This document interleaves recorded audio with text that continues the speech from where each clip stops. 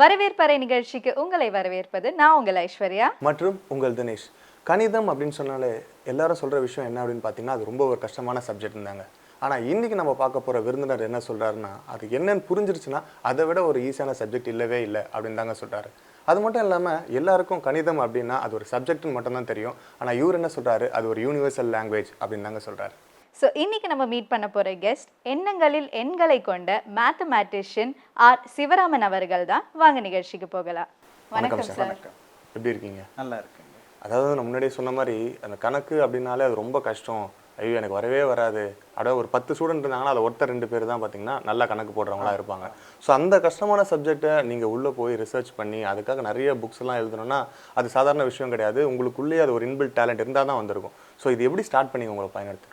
அதாவது எங்கள் கணிதத்தை எல்லாருக்கும் கொண்டு போய் சேர்க்கணும் அப்படிங்கிற எண்ணம் சின்ன வயசுலேருந்தே, அதாவது நான் கல்லூரி முடித்த பிறகு இருந்தது. ஏன்னா ஒரு காரணம் என்னென்னா, இந்தியா பாரம்பரியமாகவே கணிதத்தில் மிக சிறந்து விளங்கிய நாடு. ஆனால் அண்மை காலங்களில் பார்த்திங்கன்னா நம்ம ஒரு சாதாரண கூட்டல் கழித்தல் கூட இன்றைய மாணவர்கள் பார்த்திங்கன்னா கணினியுடைய துணையோ இல்லை கால்குலேட்டர் துணையோ வச்சு தான் பண்ணிகிட்ருக்காங்க.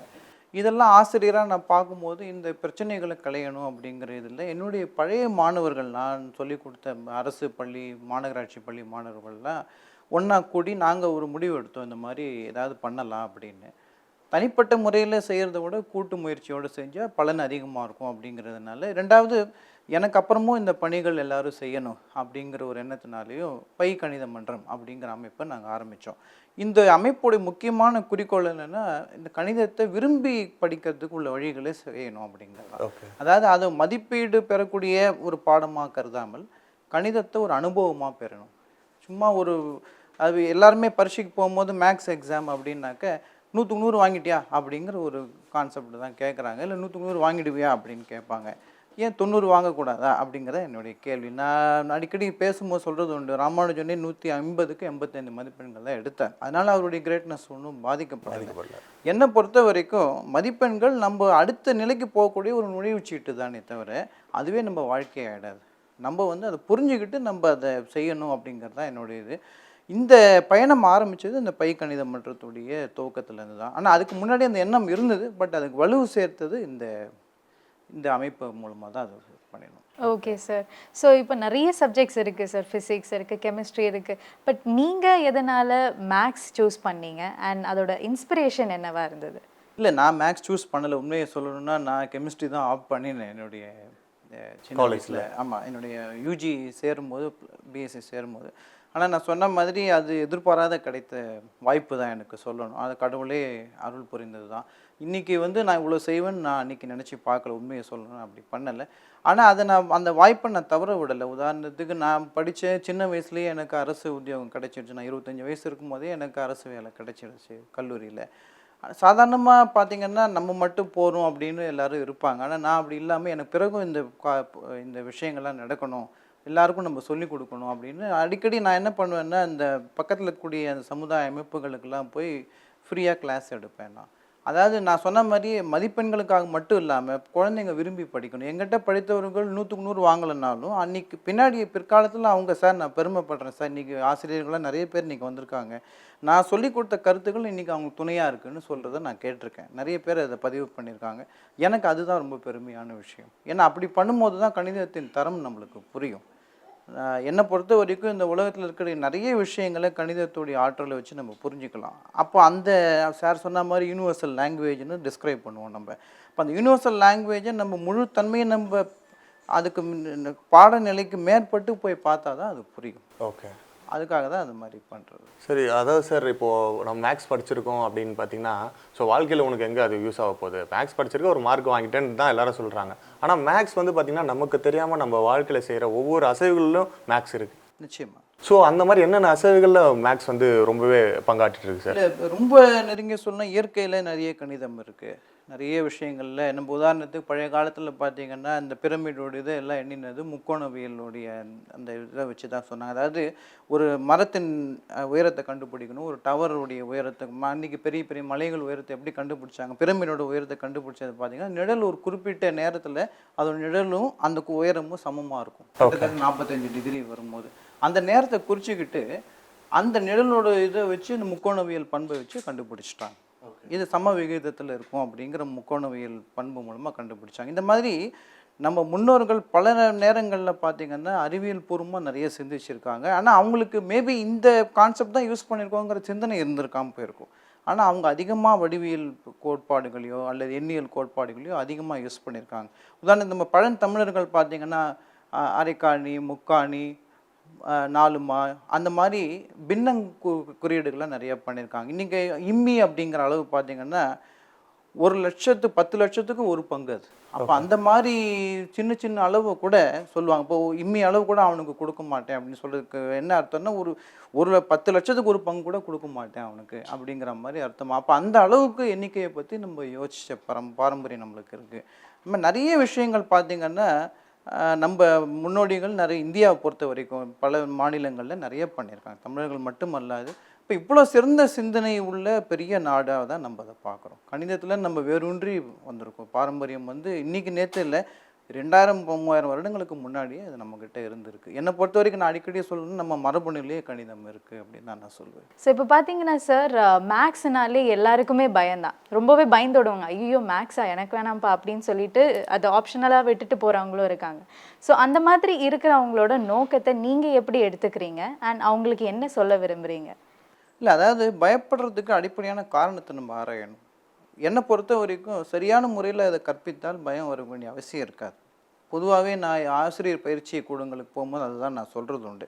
அதாவது அந்த பாடத்தில் ஒரு சமன்பாடுகள் கொடுத்துருக்காங்க, ஒரு பயிற்சியை நம்ம எடுக்கிறோன்னா அதுக்கு வாழ்க்கை பயன்பாடுகள் எங்கே இருக்குது. இப்போ உதாரணத்துக்கு ஒரு பெருக்கல் ஒரு ஆசிரியர் எடுக்கிறாரு வச்சுப்போம். 2யும் 3யும் பெருக்குனா 6 அப்படிங்கிறத நம்ம வாழ்க்கையில் பயன்படுத்தி காமிக்கலாம். இப்போ உதாரணத்துக்கு 2 3 வரை கூட்டினா என்ன வரும். இப்போ பெருக்கலுங்கிறது கூடுதலின் மறு வடிவம் அப்படிங்கிறத சொல்லலாம். அது மட்டும் இல்லாமல் 2 3 6ங்கிறத ஒரு செவ்வக வடிவில் இருக்கக்கூடிய ஒரு அட்டையை எடுத்துகிட்டு 2 அங்குலம் 3 அங்குலம் எடுத்துகிட்டு 6 அங்குலம் இதோடைய பரப்பு வரும். அப்போ பெருக்கல் மதிப்பு பரப்பை குறிக்கும், அதான் ஏரியா மதிப்பை குறிக்கும். அது மாதிரி நீங்கள் ஃபிசிக்ஸில் எடுத்திங்கன்னா V = IR ஓம்ஸ் விதி வருது. அதில் ஐங்கிறது கரண்ட்டோடைய மதிப்பு, R ரெசிஸ்டன்ஸ் மதிப்புன்னா பெருக்கல் மதிப்பு வோல்டேஜை கொடுக்கும். இந்த மாதிரி எங்கெங்கே நீங்கள் பாடத்தில் படிக்கிறீங்களோ அந்த பெருக்கல் குறியீடு பெருக்கல் சம்மந்தமாக வரக்கூடிய விதிகளை சொன்னால் இதுதான் பெருக்கலா அப்படின்னு அவங்க புரிஞ்சுப்பாங்க. அந்த கனெக்ஷனை நம்ம சொல்கிறதுல தான் அந்த வெற்றி இருக்குது. அதை நம்ம சரியான முறையில் அதை வாழ்வியலோடு சம்மந்தப்படுத்தி மற்ற பாடங்கள் எங்கே வருதுங்கிற இதையும் சொல்லிட்டா நிச்சயமாக அவங்களுக்கு அந்த அச்சமோ இல்லை ஒரு நீங்கள் சொல்கிற மாதிரி அந்த பயம் வர வேண்டிய அவசியமே இருக்காது. ஆனால் நம்ம கொஞ்சம் எக்ஸ்ட்ரா அதுக்கு சொல்லணும், நம்ம அதுக்கு முற்படுத்திக்கணும். அதுக்கு ஆசிரியர்கள் என்னை பொறுத்த வரைக்கும் நிறைய படிக்கணும். நிறைய அவங்க அப்டேட் பண்ணிக்கணும். இன்றைய ஆசிரியர்கள் அது பண்ணுறாங்களான்னு எனக்கு தெரியல. ஆனால் பொதுவாகவே பார்த்திங்கன்னா நிறைய அப்பப்போ என்ன நிகழ்வு நடக்குது. இப்போ உதாரணத்துக்கு கணிதத்துக்காக உலக அளவில் நிறைய பரிசுகள் ஒவ்வொரு ஆண்டும் கொடுக்குறாங்க. அதெல்லாம் என்ன கொடுக்குறாங்க, எதற்காக கொடுக்கப்படுது. நான் இப்போ வகுப்பில் போய் மாணவர்களுக்கு அதெல்லாம் சொல்லுவேன். இந்த 40 வயசுக்குள்ளே இருந்தால் கணிதத்தில் மிக சிறந்த பரிசு கிடைக்கும் நீங்கள் செய்கிற விஷயம் அப்படின் போது அதில் ஒரு பையன் முற்பட மாட்டானா. ஆனால் இப்போ நமக்கு என்னென்னா அந்த எக்ஸ்போஷரே சொல்கிறதில்ல, நம்ம மோட்டிவேட் பண்ணுறதில்ல. அதனால் நம்ம சரியான விகிதத்திலேயும் சரியான அர்த்தத்தையும் கற்பித்தோன்னா நிச்சயமாக மாணவர்களுக்கு தேவையான ஊக்கமும் அந்த ஒரு ஈடுபாடும் வரும். அந்த ஈடுபாடு கொடுக்கறது தான் ஆசிரியரோட பெரும் முயற்சி இருக்குது. இன்றைய ஆசிரியர்கள் என்ன நினைக்கிறாங்கன்னா கணக்கு போடணும். அப்போ கல்வி அதிகாரிகள் என்ன எதிர்பார்க்குறாங்க, புத்தகத்தில் இருக்கக்கூடிய கணக்கு முடிக்கணும், சிலபஸை முடிக்கணும், பாடத்திட்டத்தை கவர் பண்ணணும். அதுக்கும் மேலே நம்ம கொஞ்சம் சொன்னாது. ஏன்னா 10 கணக்கு இருக்கிற இடத்துல அர்த்தத்தோட 4 கணக்கு சொல்லி கொடுத்தா இன்றைய மாணவர்களுக்கு இருக்கிற எக்ஸ்போஷருக்கு அவங்க மீறி 6 இல்லை 60 கணக்கு அவங்களே போட்டுருவாங்க. ஏன்னா அவங்கள நம்ம கம்மியாக இடம் போட முடியாது. ஓகே சார், அதாவது கணித மேதை அப்படின்னாலே எல்லாருக்கும் தெரிஞ்சவர் ராமானுஜன் அவர்கள் தான். ஸோ அவரை பற்றி நீங்கள் தான் நிறைய விஷயங்கள் உங்கள் புத்தகங்கள் மூலியமாகவும் உங்களோட பேச்சாற்றல் மூலியமாகவும் நீங்கள் நிறைய சொல்லியிருக்கீங்க. ஸோ ராமானுஜம் அவர்களே நீங்களே சொன்னீங்க, அதை 150க்கு 85 மார்க் தான் வாங்கினார் அப்படின்னு சொல்லிட்டு. ஸோ அவர் என்னென்ன டிகிரி எல்லாம் முடிச்சாரு? ஸோ அவருக்கு இந்த விஷயங்கள் மேலே பற்றி இதில் ஒரு விஷயம் என்னன்னாக்க, ராமானுஜனை பற்றி நான் தான் சொல்லணும் இல்லை, எனக்கு முன்னாடி குருநாதர் சொல்லியிருக்காரு, நிறைய பேர் சொல்லியிருக்காங்க. என்னுடைய காலகட்டத்துக்கு நான் சொல்லியிருக்கேன். அது ஒன்று. ரெண்டாவது, எனக்கு பெரிய இன்ஸ்பிரேஷன் ராமானுஜன். ஏன்னா நம்ம இந்தியர்களுக்கே பார்த்திங்கன்னா நம்ம சாதாரண வீட்லேயே நல்ல கணிதம் போட்டால் ராமானுஜன் மாதிரிப்பா அப்படிங்கிற அதாவது அவருடைய பேர் ஒரு கணித திறனுக்கு ஒரு அடையாளமாக நம்ம பார்க்குறோம். அவன் இந்தியாவில் இப்போ அதுவும் அண்மை காலத்தில் ஒரு கடந்த நூற்றாண்டில் அப்படி தான் நம்ம சொல்லுவோம். யாராவது நல்ல மார்க் வாங்கிட்டு ராமானுஜன் வந்துட்டான்ப்பா அப்படிங்கிற மாதிரி நம்ம அவங்கள அடையாளமாக அவர் பேரை சொல்கிற அளவுக்கு அவர் பிரமிப்பான சாதனை பண்ணினவர். ஆனால் எனக்கு அவர் பண்ணின கணிதத்தை விட அவருடைய குணங்கள் ரொம்ப பிடிக்கும். ஏன்னா எத்தருணத்துலேயும் அவர் கிரேட்னு அவர் வாயால் சொன்னதில்லை, தன்னை பெருமைப்படுத்திக்கிட்டது கிடையாது. அவர் சாப்பிட்றதுக்கே கஷ்டப்பட்டு ஒரு நாளைக்கு ஒரு வேளை தான் சாப்பாடு கிடைக்கும். 25 வயசு வரைக்கும் ஒரு வேளை சாப்பாடு தான் சாப்பிட்டுட்டு இருந்தவருக்கு ஆய்வு முடிவுகள் வந்து அவர் வாங்கின டிகிரியை பற்றி கேட்டிங்க. ஏன்னா எதுக்காக அதை கேட்டேன்னா நிறைய பேர் வந்து அவர் பிஹெச்டியை முடிக்கலையேன்ற மாதிரிலாம் ஒரு கொஸ்டின் வச்சிருக்காங்க. ஆமாம், நிறைய அது தப்பான அபிப்பிராயம் எல்லாம் நிறைய அதுக்காக தான் இருக்கு. நான் அந்த டிகிரியை ஆமா, பற்றி புரியுது எனக்கு. அதாவது அதில் பற்றி சொல்லும்போது 1916 ஹைலி காம்போசிட் நம்பர்ஸ் அப்படிங்கிற ஒரு ஆய்வு நடத்தினதுக்கு அவருக்கு வந்து மார்ச் 1916 கிடைச்சிது. கிட்டத்தட்ட 100 வருடங்களுக்கு முன்னாடி பிஏ பட்டம் கொடுத்தாங்க. அது ஆய்வு பட்டம்.